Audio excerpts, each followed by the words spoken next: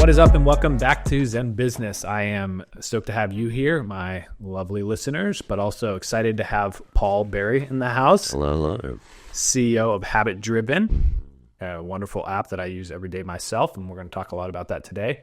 But Paul, let's be honest. Most people set their New Year's resolutions, and right now it's February, and a lot of people have already given up the majority of their goals and resolutions they set, myself included. There are some that I didn't keep up. You know, I set 6 goals for myself every quarter, 3 personal, 3 professional. And one of them is already by the wayside. I already need to redesign that goal. How does somebody fix that, right? Like, how do they stay engaged? How do they keep their goals up?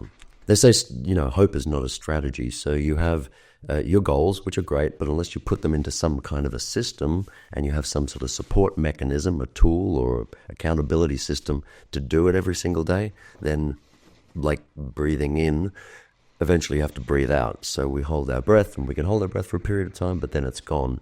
If we want to breathe underwater, we need some sort of apparatus. And so even mentally, to have an apparatus, you can have a mental apparatus for habits, but you can also have an app. You can have notifications. You can have a group of people that support you. But all of those different things are a system or systems that support you when eventually your willpower or holding your breath and hoping effectively runs out, because it always will. So my question for you is, what do you think is the biggest factor that affects the success of seeing through your goals? Like, of all the things, from accountability, social pressure, notes to yourself, reciting them, like, what do you think is the most important thing to ensuring your goals are successfully reached? Well, you do need a system. You absolutely need a system. I mean, you can't build a building without some kind of a blueprint. You can't hike the Appalachian Trail without some form of a map or a GPS. You can't fly from over the Pacific or over the Atlantic without some sort of guidance system. And those systems are, what we say, systemized, because you do them on a regular basis. You can rely on them. When you get from your home to work and your work back to home, sometimes you're doing that without even consciously realizing you're doing it, because you've done it so many times. But if you have to try and create a habit, so that's the habit of doing something so many times that you no longer think about it. That's what we as actors years ago used to say, learning by rote. But there are other ways to do it that don't take you thousands of times. You can do something. People ask me, how long does it take to start a habit? And we say, well, the average is 66 times, but as many as 100 and however many, and as few as 60-something, but, or 20-something. But, 66 times apparently is the average number of times it takes to form a habit. I say, well, it takes a barest minimum of 3 to even prove it, because the first time could be completely just a fluke. The second time could be chance. But the third time, you've now started to establish a habit. Once you do that 3 times and 3 times, 3 times and 3 times, 3 times, 3, now you're starting to say, oh, okay, I don't need to think about it anymore. And what happens is you start to miss it rather than have to try and force yourself to do it. And so you don't get there without creating a system. You can get there over a long period of time without a system, but over a long period of time, maybe. If you want to definitely get to the goal of making a positive new habit, you need a system, because people have done it many times before you.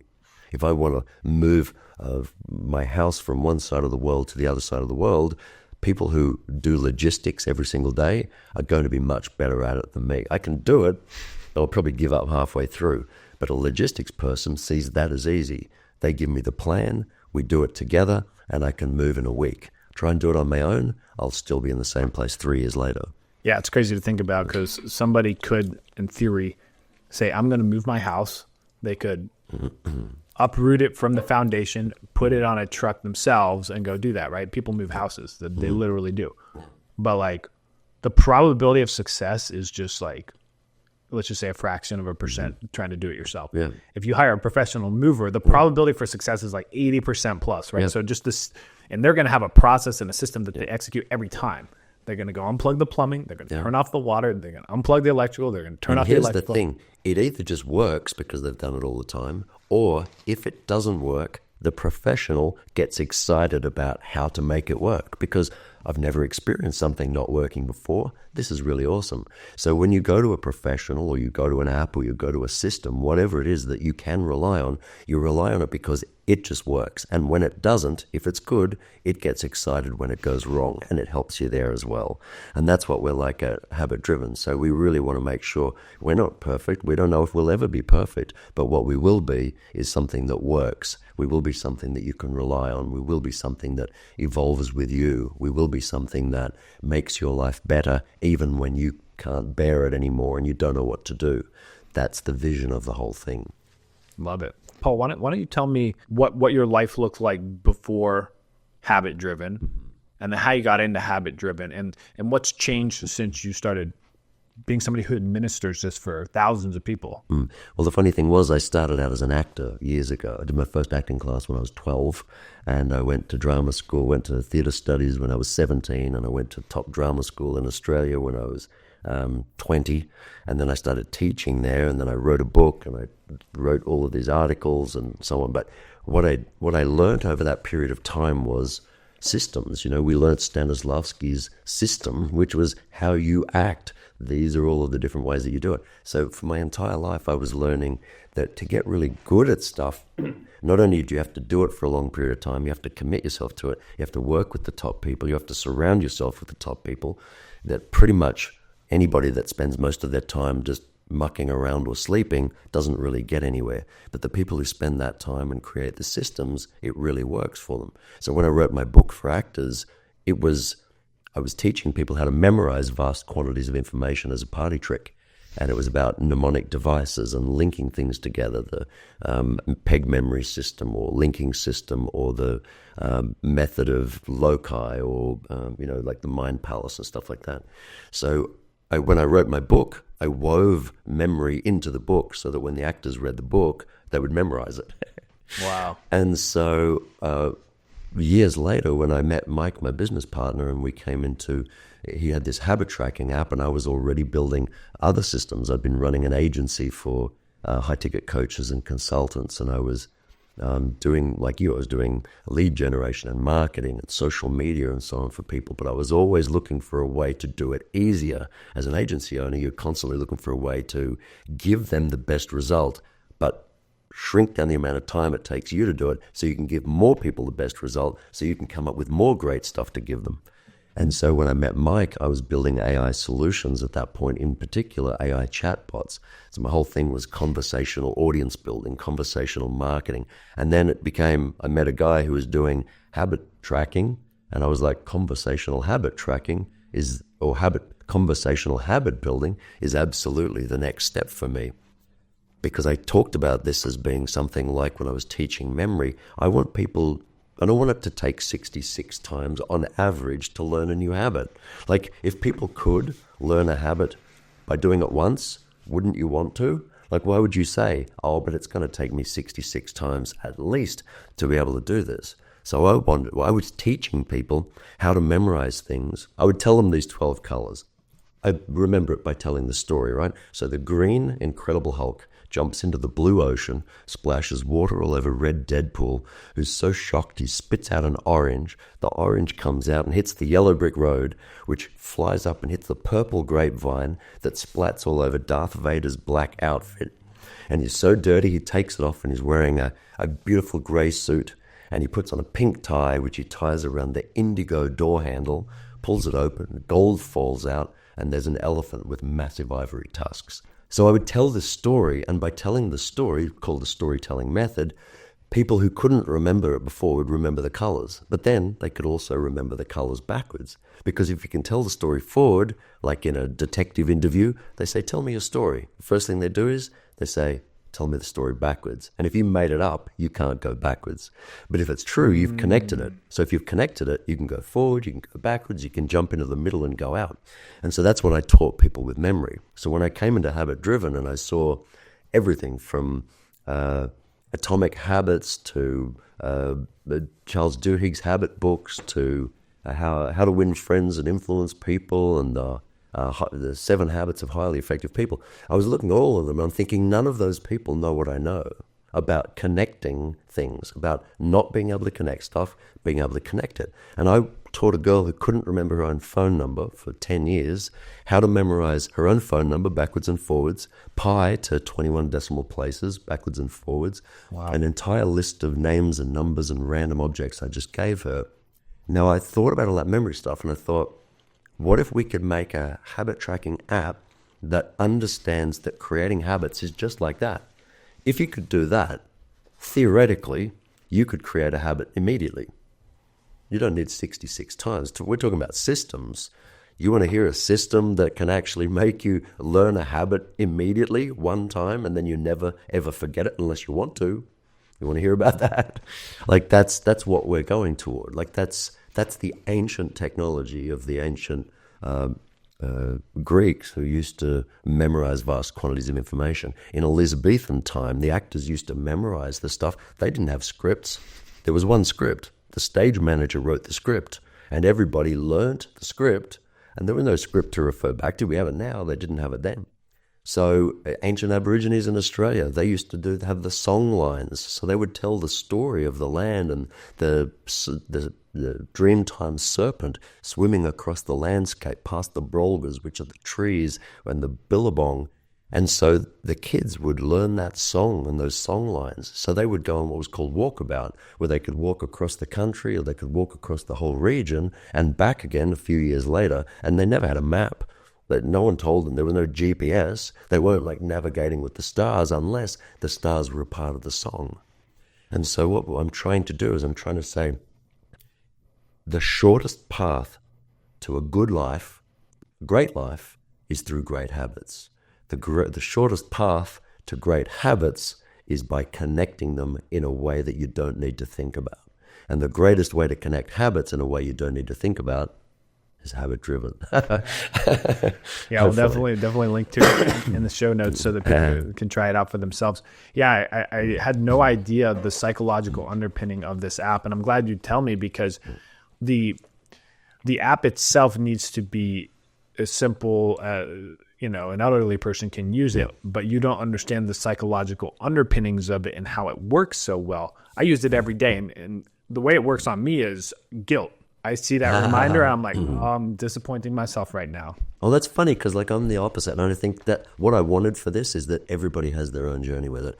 I want it to be something that anybody can use eventually in any language at any time with all their different types of neurodiversity. They can use it, they can text, they can talk to it, they can do things manually, they can do things however they want to do it. But I wanted to leave no one behind when it comes to habits, which is why, yes, there are a small percentage of the world who use habit tracking apps. I'm interested, great, I want to serve them too, but I'm interested in the 99.99% of the world who haven't used habit apps, know nothing about them, and wouldn't use them. Yeah, so let's talk to that audience. Yeah. So you've never really been able to keep up your habits. You've had big goals and aspirations, but they seem to sputter out. What are three things that somebody who don't have the habit of using habit apps, what are three things that they can do tomorrow that will help them develop habits quicker?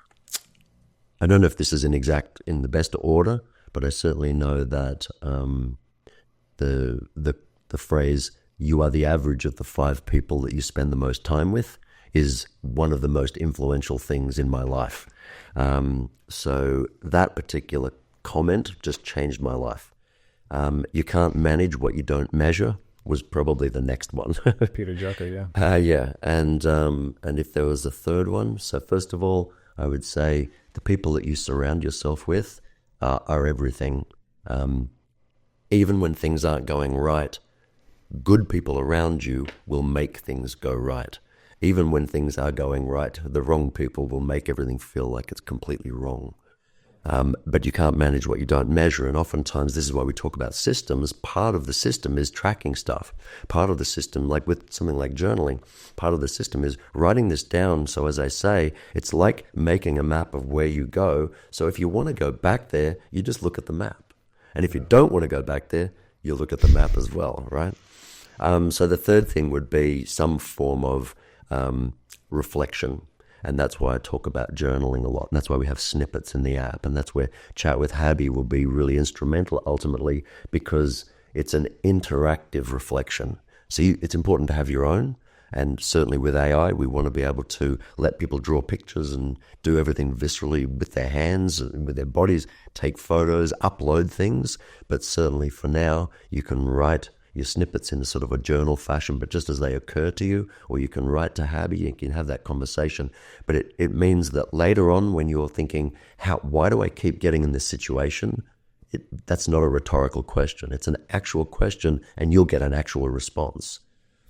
And if you look back at your diary right now, or you look back at your journal, or you look back at anything you ever wrote, you and I are probably the same in that we find pieces of paper from years ago and go, oh my God, this was my 2022 bucket list. Like, what can I possibly achieve this year? And I forgot about 90% of them, but I've done 80% of them. Yeah, I was going to say, when I've stumbled on my old goal sheets, I noticed that like 80-90% were achieved, which is crazy to think about because, one, they probably happened a long time ago. I probably forgot about them, but also like just the foundation of writing it down at one point and putting a psychological and a heart connection to it. The rest is history, right? It just kind of happened, right? And it's funny because last year was a very difficult year in terms of, I was working a lot, like 12-hour days, really grinding to build the business. And during that time, I was like, how come I'm not manifesting better? But I couldn't help but think about like the fact that I wasn't getting the outcomes that I was hoping for. And I think that was the problem, right? And so at some point I just like, maybe just out of pure stress, I was like, fuck it, I'm not going to care anymore. Right. And then as I came into 2025, it was much more lighthearted and lightweight. And now stuff that seems to kind of naturally come in. And I think, environmental factors are better. Well, oh yeah, of course. I was in the process of having a baby, like, juggling that with, at the time I had 2 companies. Now I just have one. But what were you, in that darker time where it was frustrating, how were your gratitudes? They didn't really work for me. I would do my gratitudes, but it felt contrived. Okay, right.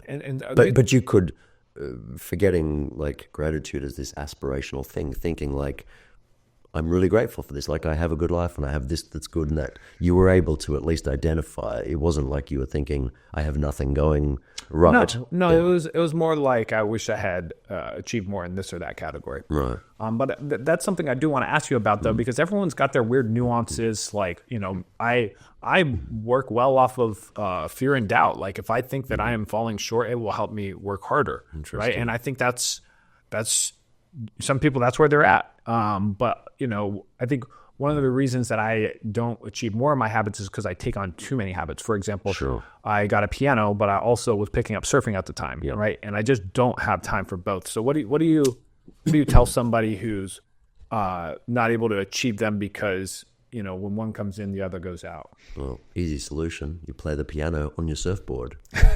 bring the piano into the ocean. Habit stacking. There you go. I used to do a lot of, I do a lot of hiking, but I used to do most of my hiking long days, and I didn't have music, I didn't have earbuds, I didn't have anything like that. And I would see people with them and I would think, what a waste, they're missing out on this wonderful environment. And then after a while, I started to realize, I don't have time to read. And I'm like, well, I can't read while I'm hiking. Yes, you can. Of course you can. You get Audible, you get a book, and I got these points that popped up from Amazon that said, do you want a free book? And I was like, all right, I'll get a free book. And before I knew it, I had books that I was listening to that on a 6-hour hike, I could listen at 1.75 the speed. Jeez. And I'm hiking at that speed too.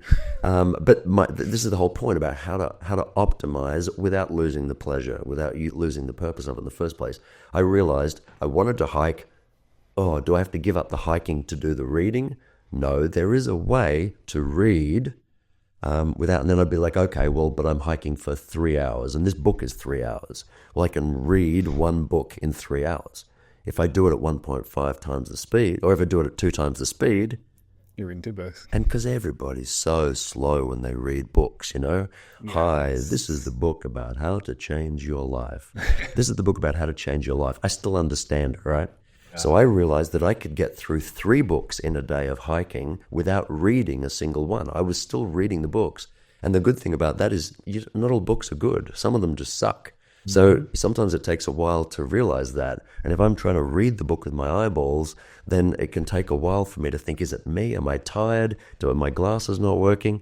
But if I'm out there and it's just not keeping me interested, It's not because it's fast, it's because it's boring. And I just skip to the next book. Or irrelevant.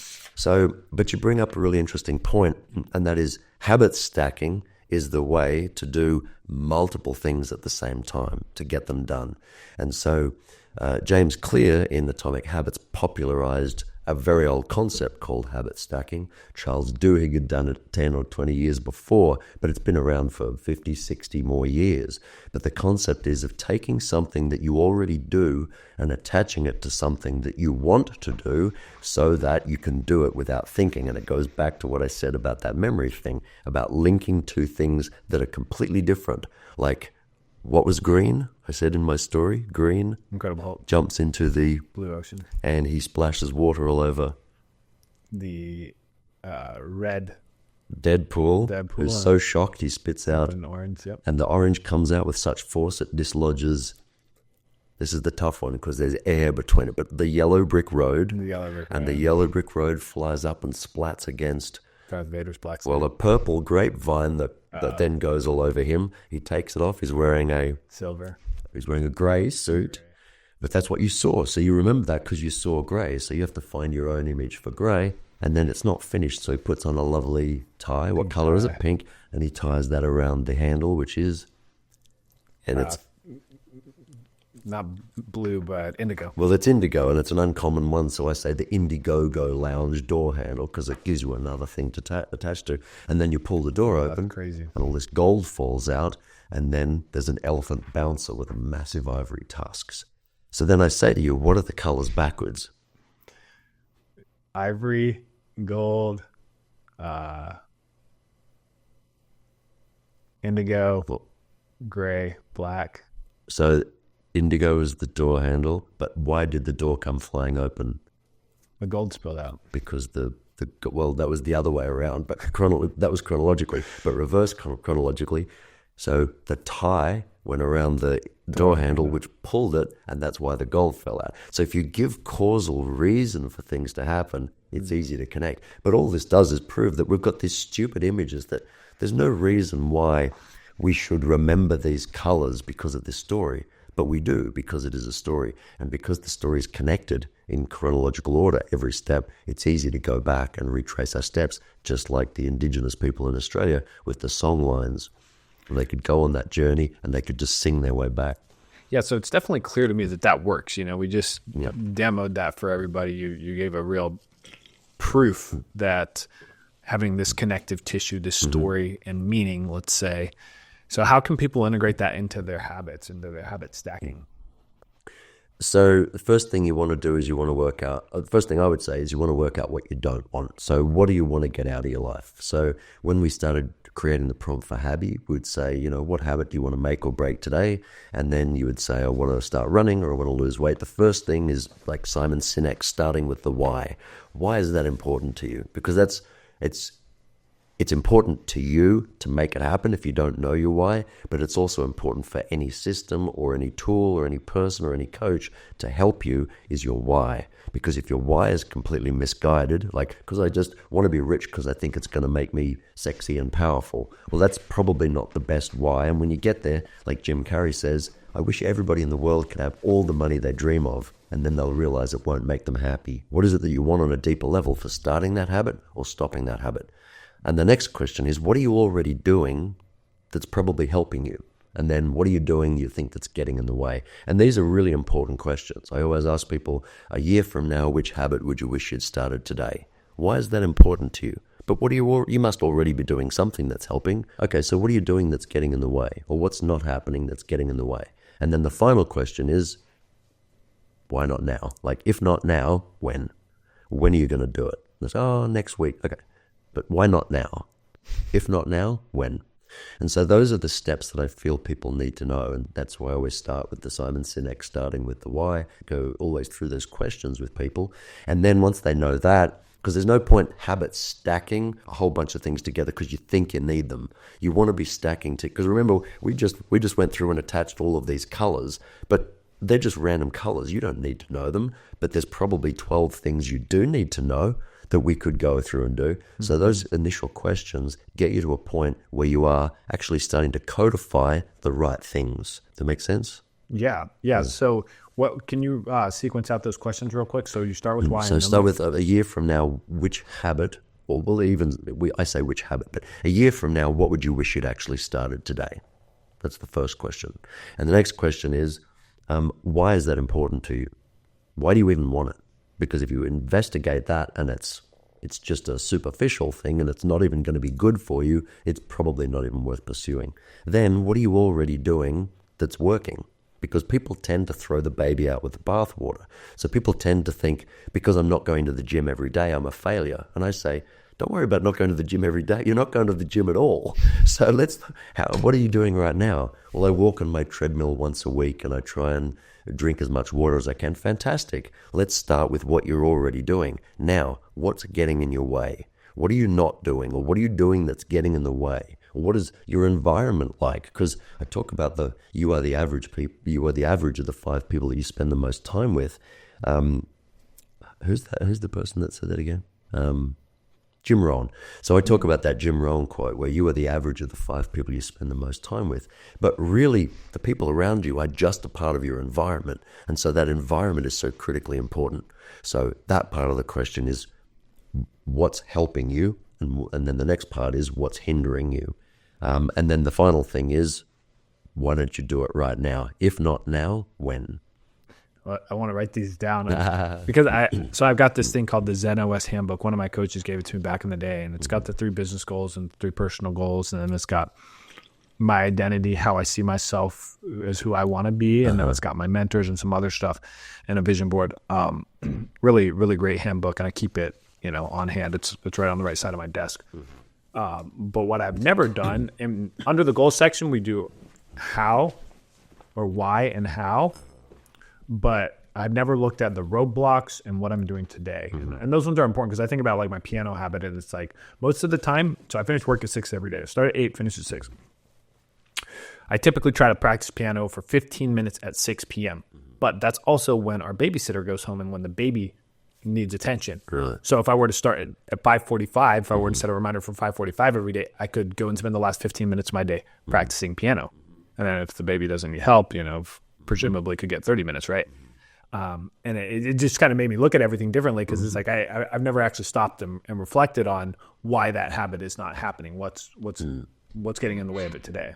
Is there a way? Do you have like an actual piano or is it a keyboard? Yeah, right over there. Is there a small electronic keyboard that you could move around more easily than a piano? I don't have one, but you could probably get one secondhand, or you could go, buy, depending on whatever someone's budget is, you can buy one, you can borrow one, whatever. But like I was saying, I didn't. If I was hiking, I didn't have time to be reading. I found another way to read. If you're like, well, I'm in my office and I can't get to my piano, maybe there's a little thing that's a keyboard that big that you can put down, and while you're waiting for someone to turn up to a call, you can just go do do do do do do do do do do do do do, and then just put it down and keep going. At my home, I have these pull-up bars, and I'm by no means a massive person, but I was like, I'm not doing anything for upper body strength, and I hate gyms, and I love hiking. I got trekking poles, so at least I'm getting some kind of upper body workout. I'm like, I got to do better, man. This is like, I'm too old to not do better than that. I'm running a habit tracking app, right? So I looked on Amazon for those bars that you can use, in your doorway. And so I bought one, and then I put it up on my way into my kitchen. And I go in and out of the kitchen all day, every day when I'm working from home. I'm drinking water, I'm going to the fridge. And here's the thing. There's something we'll come back to called the halo effect. So every time I would go into the kitchen, I'm 6'2", so I would duck to go under it. So I'm aware of it. I can't not be aware of it, right? So I have to duck. And then while I'm ducking, I'm like, don't be a dickhead. Just put your hands up and do some pull-ups. So I'd do 3 pull-ups in the morning, and then I'd walk out. And as I walked down, I'd go, oh, well, I better do a few while I'm walking out. And then I'd grab my glass of water and I'd go. But then I would do that how many times a day? It's just there. And then it becomes fun to do. There's this great thing called the halo effect, is that when you start doing something that's good for you, it emits this aura which brings other good things to you.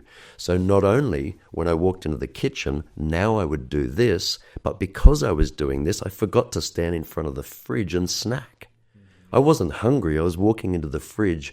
I was walking into the kitchen. I was there. I was waiting for a call. I was bored. I'd open the fridge, and I wanted to put a sign on the fridge saying, You're not hungry, you're bored.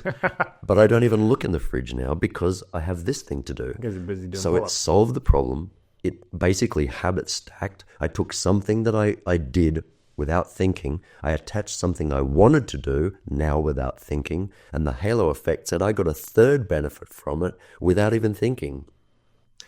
That you captured that really, really well. Thank you. And it makes me think about the sequencing of habits now. I think about the habits that I have in my habit-driven app. The first one is meditate for 15 minutes per day. The next one is set my top daily 3 priorities. So these are things that are happening in sequence, but the stuff that I'm not as good about, which is like call one friend, give them 1 hour of my time per week. So just call a friend and talk for an hour. That's a weekly goal though. And because it's not in my sequence, it's not in my routine, or there's no halo effect there, because it's like, oh, well, I can do that on Saturday or Sunday. But then Saturday comes in, whatever, I'm taking a baby or something else. So how should people, maybe like the 2 questions I have for you are, talk to me about the importance of reflection, 1, in developing habits. And then 2, how can people use that reflection to sequence their goals and their habits? Well, let's just say sequence their habits in a way where they happen on their own. Yeah. Can I just touch on, what was the last thing you said just before you asked those questions?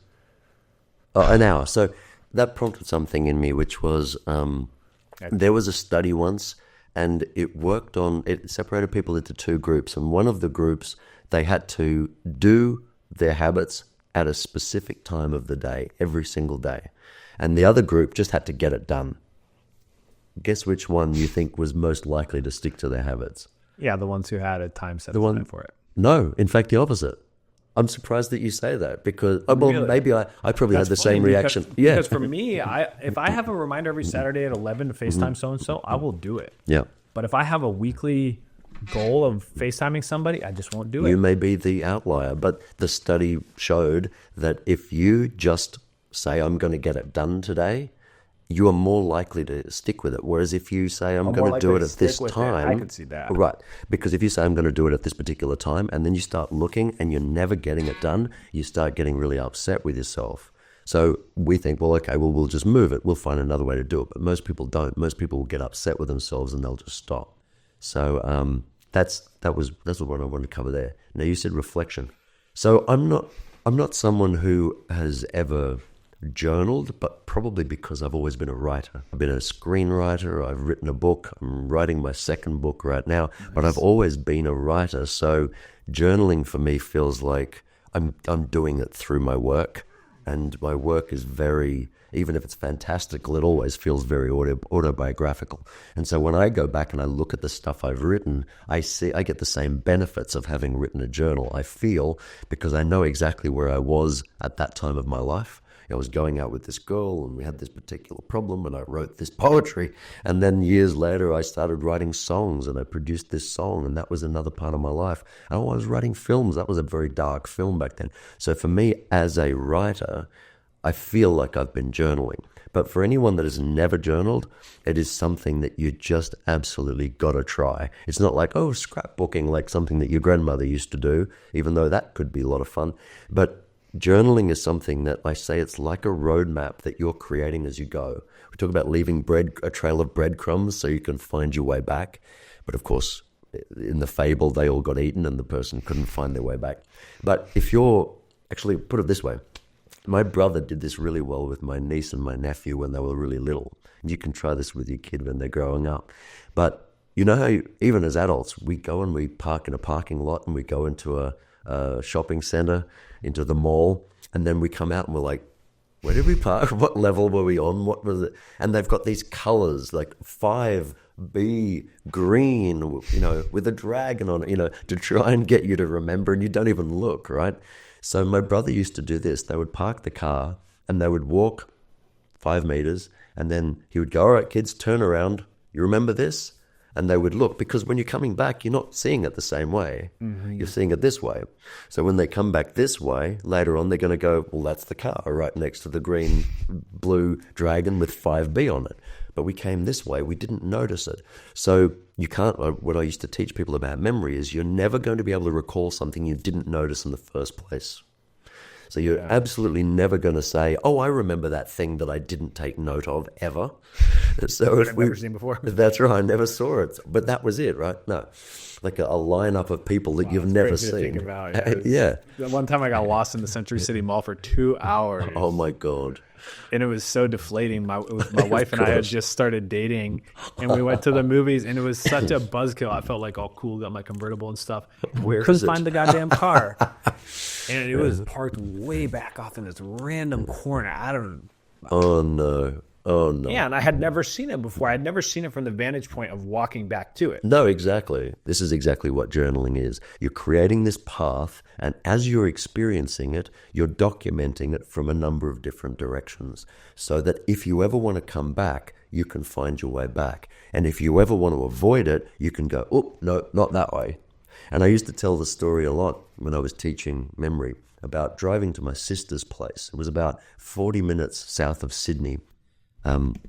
So I would drive to my sister's place, but I'd only go there maybe once every 6 to 12 months. Not enough to get into the habit of remembering every single twist and turn. And there was a major fork in the road. One would take you to the city and one would take you to her place. And I would always get there and I'd think, and you got to make a quick decision, right? You're on the freeway and you're like, do I go left? Do I go right? And I was always like, no, I'm pretty sure it's this one. So I'd keep going, and almost instantaneously I'd be like, oh, I've gone the wrong way. But of course, I don't create a system for myself. I don't think, how can I avoid that in the future? I get there, I tell my sister the funny story. She goes, you always do that, and it becomes a quirk of mine. And now I become the guy who can't remember how to get to his sister's place. Eventually, I was like, I've done this 3 times in a row. I'm the guy that helps people remember vast quantities of information. So what can I do? So I said, I'm going to give myself a mnemonic. Because it is the left is the right, I would say to myself, left is right. Left is right. Oh, yeah, it's sequence too. So now when I go there, I'm driving and there's a fork in the road and I go, is it left? Well, I automatically know left is right. I don't have to think about it. In the back of my brain, it already knows that it's correct. Because otherwise, how would have I remembered that mnemonic device? And then my sister moved and ruined the entire thing. So, but that was a perfect way for me to sort of say, if you want to create a habits, by the way, habits are happening all the time. Habits are being created whether you like them or not. Good habits, bad habits, and that's why we like to acknowledge what are the good ones that you're doing organically, naturally, without thinking about it. Because there are other ones that we don't want that are happening all the time. So if you're not in some way guiding the creation of those habits or the formation of those habits or even the trigger for those habits, triggers are being created every single day. So all we're doing with Habit Driven is we're just saying, like, this is going to make you aware of it. It's going to give you the opportunity to track it. And it's going to be conversational so that when your mentor and your coach and your friend and your lover and everybody that normally helps you is not around to help you, you can at least brainstorm and then through conversation, turn this into something that is going to go on your dashboard and you can swipe it as done, swipe it as not done. And if after a few times you're not doing it, you can chat with Abby and say, this is not working for me. Maybe it's the time of day. Maybe it's what I've just done before it. Maybe I didn't eat right beforehand. So that this idea of habits being difficult really should be a thing of the past. We have AI now. AI can do all sorts of things that we didn't even know possible. And AI becomes this amazing tool that we can use to augment our lives, not scare us and replace us and so on. It augments us so we can live the lives that we're supposed to be living instead of constantly trying to remember to do something and then punishing ourselves when obviously we don't. Because willpower sucks. It just doesn't work. Yeah, it's fleeting. Yeah, so let's talk about habit driven then. I want to hear, first of all, like, tell me what the app does. Tell the audience what the app does and why it's designed the way it is. So the initial idea is that everything is better done conversationally, not dogmatically or dictatorially or because you feel like you should. It should be a conversation. AI made it possible for chatbots to be able to intelligently converse with people about anything. And so Mike, my business partner, originally was tracking an obscene amount of his habits on a Google spreadsheet.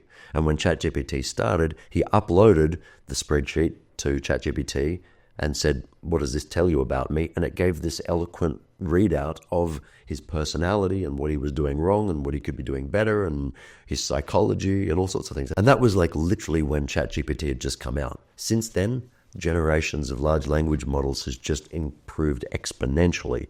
So when I met Mike and I was already building those kind of solutions like AI chatbots and AI solutions, I could see the potential of what he'd built, this incredibly robust habit building and habit tracking platform, like so much more robust than anything that's out there.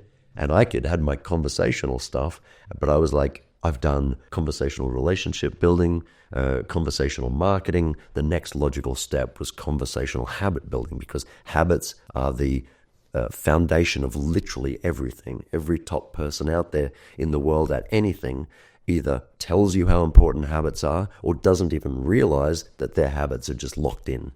When I talk to people who are experts at what they do, one of the toughest things is for them to articulate their habits, because they're unconscious. The definition of a habit is something that you do on a regular basis without thinking about it.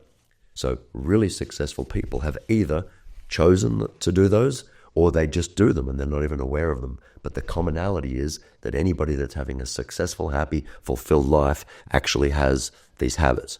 Talk to me about chains and loops. So like the memory stuff of being able to connect things together. If you can, we often don't, we say, I want to play the piano, but I keep forgetting. Why do you keep forgetting? Because the piano is under a bunch of other things. It's in another room. I don't go into that room, or if I do, I just walk past it. So we try and connect things together. We create some sort of a link between where you are, what you're doing, and what you want to be doing. So you might need to move the piano. You might need to move where you get up so that you bump into the piano on the way past. You're making it so that you cannot avoid it. Like me with the bars going into my kitchen, you can't avoid it because it's right there in front of you. So we're creating a reason for you to, when I talk about chains and links, I talk about if you pick up one link in a chain, ideally the rest of the chain comes with it, right?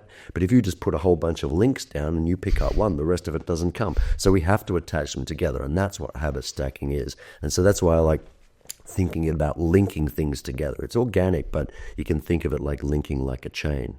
And then we want to create habit loops. So we want to be able to make sure that when one thing starts, it creates that thing, and then it creates another, and it creates another, and then it loops around again the next day. You wake up and you do that again.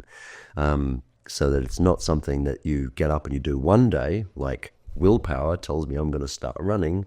Like what I do with my life right now is I made the decision, I want to get up early. My business partner gets up at like 4 o'clock, and a lot of our team are overseas. So, you know, I feel like I'm the CEO and I'm getting up like 10 hours after every... That's right. And people are asking me questions, but I have no idea what happened while I was sleeping. So I was like, I'm going to get up earlier. So I decided I'm going to get up at 5:30. For me to be able to get up at 5:30, and this is where the loop comes in, right? I have to go, what was the end of my last day? If I want to get up early in the morning, I need to, the end of the day, to loop into the beginning of this day. But I can't get up at 5:30 if I went to bed at midnight and ate chocolate before I went to bed and had a coffee. I can't do that. So I have to go back and say, what's the best way to prepare myself for an easy start to the day? And so I say to myself, well, I'd have to be asleep ideally by 9 if I can. So then I was like, oh, this is cool, because for me to do that, there's something I want to get rid of, which is doom scrolling on my phone, but I also want to read a book. So if I go to bed and I'm doom scrolling, not only will I overstay my sleep time, but I'm getting this junk in my brain that is not really good for me, and I'm not getting the book. So then I said to myself, if I go to bed by 8, so in Habit Driven, I've created a little habit that says nightly bedtime routine or something, bed by 8, asleep by 9, My reading is between 8 and 9, and if I fall asleep early, I fall asleep early. But I've read, which I wasn't doing before. I'm not doom scrolling, which I was doing before. I'm in bed and asleep by 9, which means getting up at 5:30 is really easy. And then by 5:30, I go into my office, and then I had the thing of, well, now I'm spending long days at the office, I'm not walking. I took my treadmill, which was in my other room, in my spare room under all the junk, took it into work. Halo effect. Not only is it helping me, I go into the morning, 5:30, get into my desk, get set up, go in, do 15 minutes on the treadmill with some medieval war soundtrack going pounding in my headphones, and then I come out again and I'm all good to go. And then throughout the day when I need to stretch, I go to my chiropractor. My chiropractor says, you really need to do some exercise. And I'm like, but I'm in the office all day.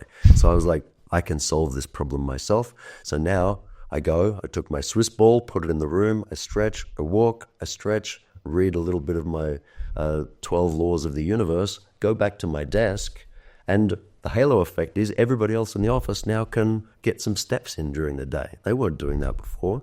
The book that I brought in, I leave in that room. People can go into the Zen room, they can read, they can stretch, they can do yoga. So me improving my life has improved other people's lives when some of them didn't even know it needed improving. So for me, the looping of stuff is if I can work out how I want my day to start, I want to work out how the day ends. Prepare the clothes you're going to wear, prepare your food. And you want to have a good loops of good weeks, prepare your food a week in advance. So you make a bunch of meals, put them in the freezer, bring them out per day. You don't need to think about it. You know what your nutrition is going to be like. You're not going to be tempted to go past Macca's on the way because you've already got your meals. So you see how it's just a system. And I knew nothing about this. I spent my entire life screwing all sorts of things up and accidentally succeeding at other things. And if only I knew what I know now, I mean, my God, where would I be now? But the great thing is, if I had, maybe I wouldn't be here creating this habit app, talking to you, sharing what I know with the audience. It was only through the struggle and the dark times and the ups and downs and the failures and the learnings that I finally was able to create it. Same thing when I wrote my book. So many problems. How do I solve these problems? I'll just write a book. So I created a bunch of techniques and I wrote a book and gave it to actors and it could solve their problems. So that's that there. That's a long answer to the loop. Tell the audience what the app does and then explain the psychology behind it. Yeah. So Habit Driven is a habit tracking and habit building app, but that's the least interesting thing about it. It's a conversational habit builder, and whether there is something like it or there will be something like it, there was nothing like it when we created it, and anything that's trying to be like it or wants to be like it is going to be behind us, we believe, every step of the way. What's guiding us is not creating a habit app. What's guiding us is creating amazing lives, and you don't get amazing lives without habits. You also don't get terrible lives without habits, by the way, but we don't want to encourage people to have terrible lives. We want to encourage them to have great lives.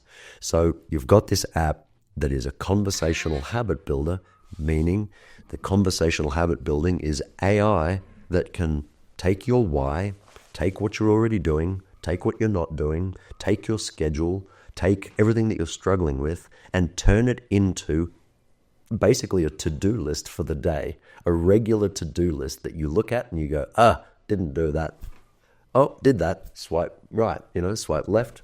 Not going to do it, didn't do it, don't want to do it, swipe right. And then through looking at the pattern forming, you can say, why do I keep swiping that left? Like, do I not want to do it?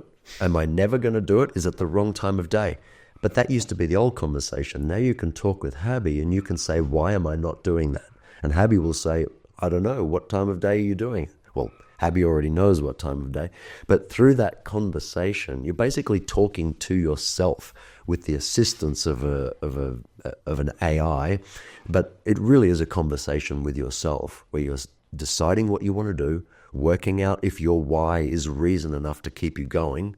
If it's for you a worthy enough pursuit in the first place, how to do it, when to do it in the day, how to create routines and sequences that are actually likely to succeed, and if they don't, and oftentimes they won't at first, how to rejig them in your life to make them more achievable. And I just say it's just about making habit building conversational so that we can remove as much friction as possible. I don't want to leave anyone behind when it comes to habit building. Anybody that wants a successful life, you will get there because of habits. And anyone that can't create habits, we want this to be how you do it. That way, the contribution that I'm making to the world, my why, is that anybody that has any reason to not be successful now has no reason,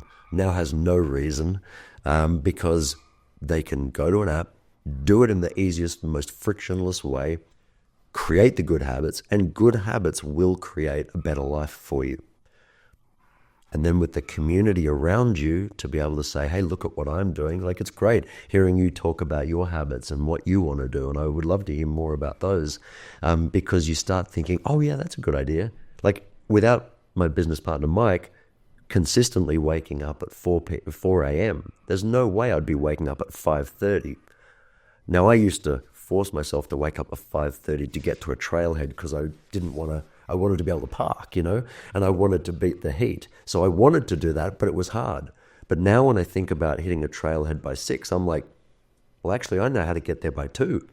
If I want to start in summer and do a really long, amazing hike, well, I'll just put a headlamp on, I'll go at 2. I now have to work backwards and say, how do I prepare the night before to make getting up at 2 easy? Alex Hormozi says you don't need an alarm in the morning. You actually need to go to bed on time. And if you go to bed and you give yourself a good 8.5 hours sleep at most, probably for most people, then you'll just naturally wake up when you want to wake up, but only if you have the system and you plan backwards. And so that's why Habby exists and Habit Driven exists, to just make that something that is like a literal no-brainer, like being able to remember those colors or remember things. It should. Habits literally are a no-brainer. There is no brain required. Good habits and bad habits, your brain is not doing much consciously. Yeah, it really makes me think, because I've been using it for a while, and I, frankly, I think we need to do a better job of user education, because or maybe I was just, not paying good enough attention, but there's a few habits that I miss pretty much every day. And I didn't think to ask Habby to restructure my habits. And now I'm like, why did I not do that? Exactly. That if you can, so I have my goals and then the habits to reach those goals. If I can continually, let's just say, tweak and adjust using Habby, then at some point I'm going to find the point where it all connects together and it becomes mindless and it becomes easy at that point, or let's just say frictionless. And so that's the part where I think I was falling short, is I wasn't utilizing the chat with Habby feature to optimize my habits and my behaviors. So that's a really interesting learning for me. Well, here's another great thing that you can do. You can say to Habby, as I do on a basically weekly basis, how can I combine some of these habits? So I'm already habit stacking by saying, I didn't realize it was that powerful. Yeah, and it'll get better and better. But I had my, nightly wind down routine. I had my prepare for bed routine. I had my nightly, skincare routine, and you brush your teeth and floss, and these were all separate. Because I just kept swiping them as done, done, done, done, done, they all became my nightly bedtime routine. And then I had a read a book each day routine. Got it. So then when I put it as a part of my nightly routine, and then I told you the halo effect, that got rid of all of my doom scrolling on my phone, ruining my eyes, ruining my brain, ruining what was going into my system. I really want to think about mine. Yeah, and so how many habits are on your habit? 23, and I only know that because yesterday we were on a team. 5. We were on a team meeting, and we were looking at the statistics of who has the most habits, and we were joking about someone better catch up, or hey, slow down. And Mike had like 42 or something, and I had 23. He's psycho. Yeah, and this doesn't include the habits in the app. These are the ones that are actively on your dashboard that you're either tracking or you're not tracking. Okay, so that leads me to another question. I didn't put habits like go to the gym and go to yoga, because I already do those, and it's a no-brainer. But now you're making me think about it, like, well, if I only have 5 habits and I only achieve 3 of those every day, I'm only getting 60% of, let's just say, satisfaction. Yeah.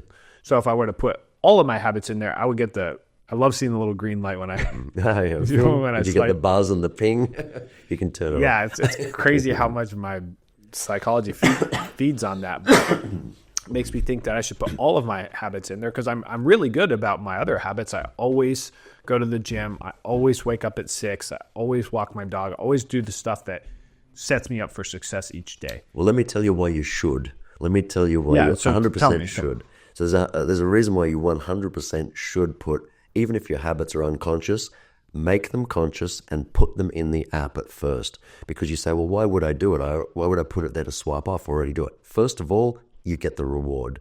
You get the reward of having done it. Because sometimes you feel it, but you're not consciously telling yourself, yes, I'm rewarding myself for doing it. But the second thing is, if it's not there, you can't habit stack. How can you consciously choose?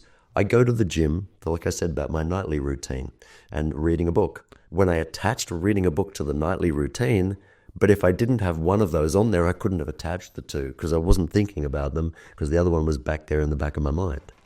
Wow. Yeah, I've been doing this all wrong.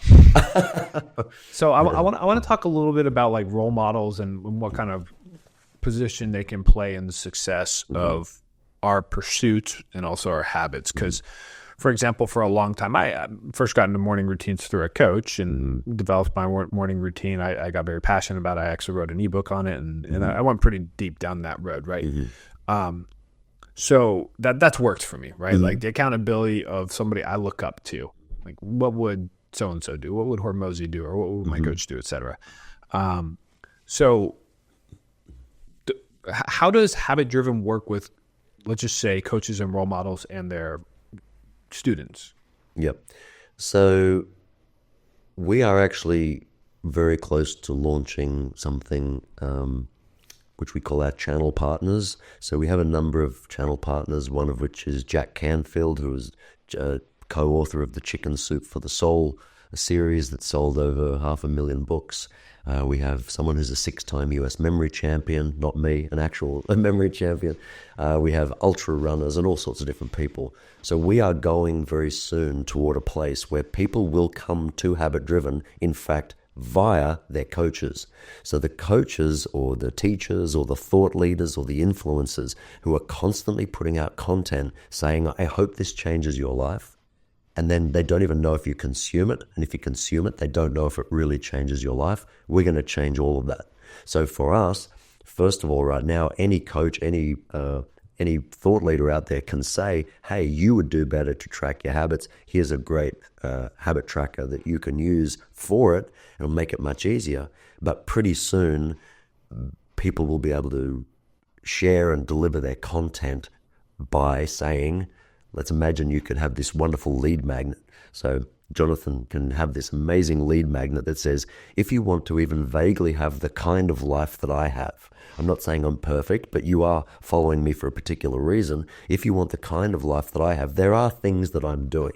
And I may change and improve those over time. But to get to at least where I am, this is what I'm doing. I'm doing the cold plunge, and I'm doing the early mornings, and I'm doing gratitudes and spending time with my beautiful wife and baby, and all of the things that are important, and attending to your business, of course, all of the things that are critically important to you. So you'd be able to look at Jonathan and you'd be able to say, Jonathan's habits are what I want to get to the next level.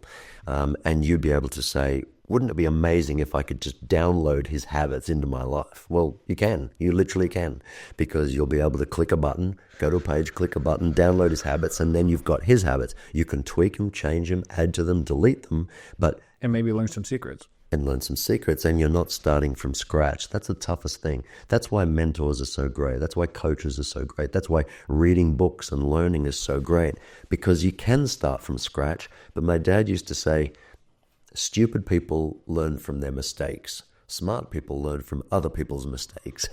and it's kind of like, I guess I'm pretty stupid. No. I always felt that was a bit rough of him to say, but his I love it. His point was that, you will learn a lot faster when you learn from other. I watch you put your hand on the stove and burn yourself. I don't need to go and put my hand on the stove to burn myself. So we can learn from mistakes, but we can also learn from successes. Ultimately, we have to go through it ourselves. Just because I learned not to burn my hand on the stove because I saw you, doesn't mean I'm never going to burn myself. And I probably still need to at some point to really get it. But I can speed my learning process up. And you think about people that come from wealthy families. There's some things that are easier for them because they've just innately learned it. People that come from musical families, there's something that's easier about playing music because and creative families and artistic and travel families, and you want to hike and get into the outdoors like I do. My mum she loved the outdoors, but she wouldn't come hiking or anything with us. But Dad used to do it, but not, fanatically, but he would love to get us outdoors. But if I came from a very bookish librarian kind of family who were allergic to everything in the universe, it would be hard to do that, to get out there. We might say, I'm doing it because I never got it. But it's much easier when you've got that. Once again, it comes back to the environment. And I'd just say your mentor and your coach and your teachers, they're all just part of your environment. The system is just a part of your environment. The app you use is just a part of the environment. Whether you lay your clothes out before the next day, or you make your meals a week ahead, or you do gratitudes or whatever, these are all things that you place in your environment. Whether the piano is somewhere that's easy to use, James Clear talks about removing the friction for things that you want to do and increasing the friction for things you don't want to do. So, of course, those bars are easy for me to do because they're right there. But if there's something that I walk past and I pick up a handful of sweets as I'm walking past, I need to put them in a jar, put a lock on it, put it in a cupboard with a big rabbit trap, on the way as my hand goes over it, and that way it makes it easier. But I do have a story about quitting smoking, which sort of defies all of that. And it's another thing when it comes to what makes people change. Sometimes you've just had it, you've had enough. And I smoked for 16 years, and I was sitting there smoking one night. It was Christmas Eve 2017, and I was smoking, and I had maybe 10 cigarettes left in my packet, and I was literally halfway through this cigarette. And I said to myself, I think I was like 46 or something at the time, and I said to myself, I wonder if I'm going to be smoking when I'm 50. And then I took a drag, and I was like, nah, no way in the world I'll be smoking when I'm 50. And then I went, well, I wonder if I'll be smoking for my next birthday, which is in May. And then I was like, nah, I think I'll quit for my birthday. And then I went, hang on, if I can arbitrarily make that decision to quit on my birthday in May next year, couldn't I just arbitrarily quit for Christmas? Well, I said for tomorrow. New Year, and then I was like, Christmas tomorrow, and then I went, but if I was to arbitrarily make the decision, I would need to not smoke any of these remaining cigarettes. I'd need to be able to tear them up, throw them in the trash, and not care. I could do it, but I'd care. But could I do it and not care?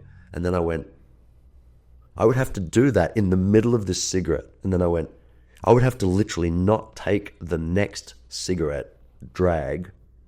And I said to myself, I'm bullshitting myself if I think I can quit a year from now if I can't quit right this very fucking second. And I went, threw it in the trash. I've never had a craving. I've never smoked since. I've never thought about smoking since. That was 2017. I'm now 51. I'm almost turning 52. And all it was me saying, I'm not saying this will work for everybody, but it absolutely worked for me. Enough was enough. And I asked myself, if not now, when? First of all, what would it take for me? Yeah, I'm going to do it down the track. Okay, what would it take for me to succeed at that? I would need to be able to do that today. If not today, when? If not right this second, when? And it was done. It was gone. Wow. And I was addicted. I was addicted by all metrics. Yeah, I mean, they say it's harder to quit than heroin. Dude. Well, and partly it's harder to quit than heroin because it is socially acceptable, whereas heroin isn't. I've got a friend who, he quit way before I did quit smoking, but he's still addicted to the Nicorette gum. And he doesn't understand how I did it. And I don't know, maybe there's no way that I can explain it other than you just get to the end of the line. Yeah, but the funny thing is it all happened up here, and it just kind of goes to show what you were saying earlier about reflection. Like actually, like the one time you actually stopped and thought about it and asked yourself the tough questions, you dispelled it, right? Yeah. it kind of reminds me of when people take mushrooms and they see smoking from a different vantage point, and then they quit after that. Right. Well. So that is a pretty inspiring story in the sense that like you can just decide one day. And I remember I was listening to an Elon Musk interview a while back, and he said, I don't ask myself, is going to the moon possible? I say, what would it take to Mars? He doesn't say, is going to Mars possible? He says, if I wanted to go to Mars, what would it take? I would need a 300-foot rocket, and I would need 10 jet engines on it, and I would need 1,000 engineers. $20 billion, yeah, and then boom, you got your business case right there. You go to the investor, you say, hey, I need $20 billion. And then you've got something to improve. You know, Martin Scorsese, as a filmmaker, said, you don't get started until you make decisions. And so we often don't make any decisions at all because we don't see the whole staircase. So by doing that, that's great. And you don't say, is it possible? You say, what would it take to do this? Get the ridiculous ideas out there in the first place, because I tell my team that every day. It's in our core values. I say, if we wanted to do this, what would it take? Yeah. Not is it possible. If we wanted to do this, what would it take? So yeah, I was playing a spear carrier in the background on a production of Macbeth at the Sydney Opera House many years ago. And we were in the rehearsals, and the director said, I want these big benches, these wooden benches on top of metal, just weighed a ton. I want that bench to go off into the left wing. So we call the left side of stage the wings, right? So he wanted it to go off into the wings. And we all looked at it, and we just were like, immediately we said, that's impossible. And he goes, I would like it. This is polite English director. I would like it to go off. I would like you to work out how you can get. And we're like, dude, come down and have a look. It's like literally about 2 feet, and the bench is 10 feet. I really would like you to work this out. He said, I'm going to go and have a cup of tea, and when I come back, that bench is going to be in that wing. And we're like, but there's plenty of room over there, or we could take it up the back. And we're already finding other, variations that could work. And he goes, I would like it to go over there. I'm going to leave you to it. You got 15 minutes. I'm going to have a cup of tea. If I take a little longer, you've got extra time, but you'll work it out. And he left. And we're all standing there. We wasted the first 10 minutes just arguing about him and what a stupid exercise this was until the stage manager said he'll be back in 5 minutes. So in 5 minutes, we worked out how to make the impossible happen. The bench wouldn't go that way. It couldn't work going that way. It was too big. So what do? We moved it that way, and we put it in because it was 2 feet and 2 feet. Put it that way. So the bigger guys would go here, the rest of us would go there, we'd move it over, and it was done. This was, for all intents and purposes, 100% impossible. So I say to my team all the time, I told them that story, and I say to my team all the time, don't make me tell you the bench story again. And they're like, no. All right, we'll do it. So I say, instead of, I'm going to tell you how to do it, or this is the way to do it, I say, this is like the bench story. We know it's probably possible. We just don't know how right now. So I'm going to leave you guys with it. Take 10 minutes, take half an hour, take till tomorrow, take the next week. I don't care. But you will work it out. But you have to work it out because this is a solution that needs to exist. And if we can do that, we can help solve bigger problems for people in the Habit app, So I love telling that story because every time I think that something's impossible, I just start to think, I've just basically given up on all of the alternatives. And sometimes we get egotistically attached to, I almost want to prove to that guy that it's impossible. And so now I'm fighting against my own self-interest, Yeah, it's a great allegory or metaphor. We're running out of time here, Paul. I know that this has been a ton of fun. Thank you. So thank you for bringing your full energy today. And I know you've been, a little under the weather. So I'd like to finish off with setting up some challenges for the listeners. Yeah. How would you like to challenge the audience to do better in 2025? So I always, when I meet people for the first time, I ask them, a year from now, which habit would you wish you started today? And if you don't start that habit today, what's your life going to look like a year from now? Love it. It makes me think of the smoking one, right? Like, oh, dude. I used to smoke as well, and I'd somehow quit. And you think of the halo effect. So with the smoking thing, the halo effect of that was not only did I save my life, I could hike, which I wasn't doing before because I couldn't even walk up a set of stairs. I saved enough money in the first week to buy myself a rowing machine. So then I started using the rowing machine. And by using the rowing machine, I started becoming aware of my health, and I started becoming aware of the importance of tracking your health. And that was just purely because I made one decision. It had this knock-on effect, and all of this other stuff happened. And talk about the halo effect.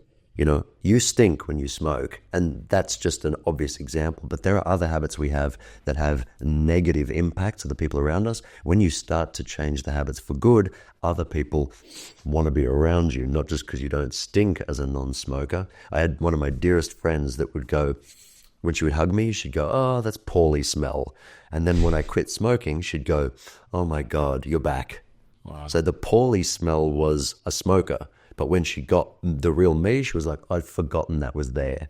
And you go, "Oh my God." It's not until you quit something destructive that you actually realize that the people around you have just been way too polite to tell you that you should have stopped years ago. Yeah. So you got to stop before, because they're never going to say it. They're never going to say to you, "You should do this with your life." And if they do, people are generally like reactive when they are told what to do too. So it's usually not productive anyway if they do want to say something. And so I would say to people, they used to say, if you look at the last 3 to 5 years of your life, the trajectory, then you pretty much assume the next 3 to 5 years of your life is going to be the same trajectory. You're not going to suddenly win the lottery. And if you do, like most people, you'll probably just burn through that cash quickly anyway. But if you have naturally, organically, on your own, unconsciously, gone from a certain income to a slightly higher income, then you'll probably keep going on that trajectory. But you're not going to suddenly have a hockey stick ramp overnight unless it's a random thing that you can't control. And random things you can't control also go the other way. So if you look at the last year and you're like, "Yeah, it was okay," or "It was terrible," then if you look at 2025 and you want it to be different, you better do something about your habits, because the habits you've gotten into, consciously or unconsciously, created 2024. So the ones you get into consciously are going to create 2025. All right. So how can people get habit driven? The easiest way in the world is to go to habitdriven.ai, start a free trial, and start to making that change. Your transformation literally starts the second you decide. Like me, with quitting smoking, the transformation began the second that I started to do it. The transformation begins the second you make the decision. Love it. And I know you put out a lot of content and you publish a lot on TikTok. So where can people find you if they want to hear more from you? Yeah, so they can. If you look up Paul Barry Official on TikTok or LinkedIn or Facebook, you'll find me. But also, if you go to any of the Habit Driven socials, you'll be able to find the content that I create. And I really am all about, when I met my business partner, I said, I want to start a conversation about habits with the world that just never ends. Because once you start the conversation, if people don't like it, they can change the conversation. But if you're not in conversation with someone, you can't improve anything.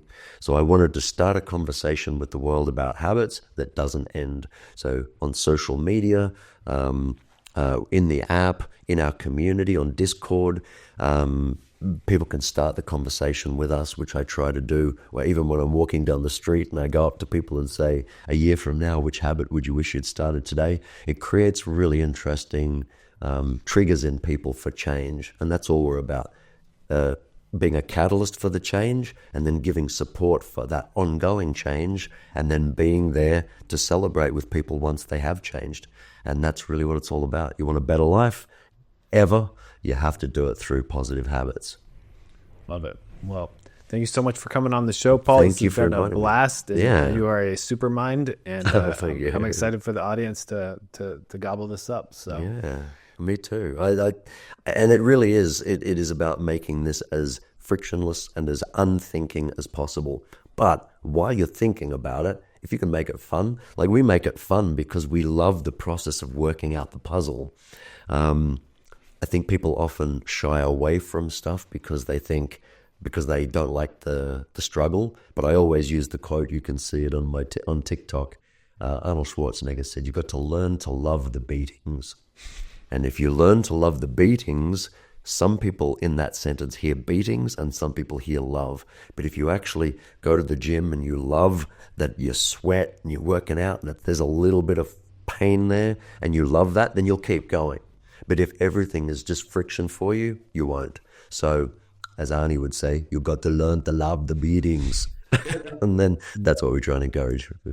Yeah, it's a great quote. Well, thank you again, Paul, for coming on. If you're a listener, make sure to check out habitdriven.ai. If you're an influencer, creator, coach, and you want a new tool to augment the success of your students, definitely get in contact with Paul, and we'll see you around. Yeah. Thanks for listening. Thanks for listening. Cheers.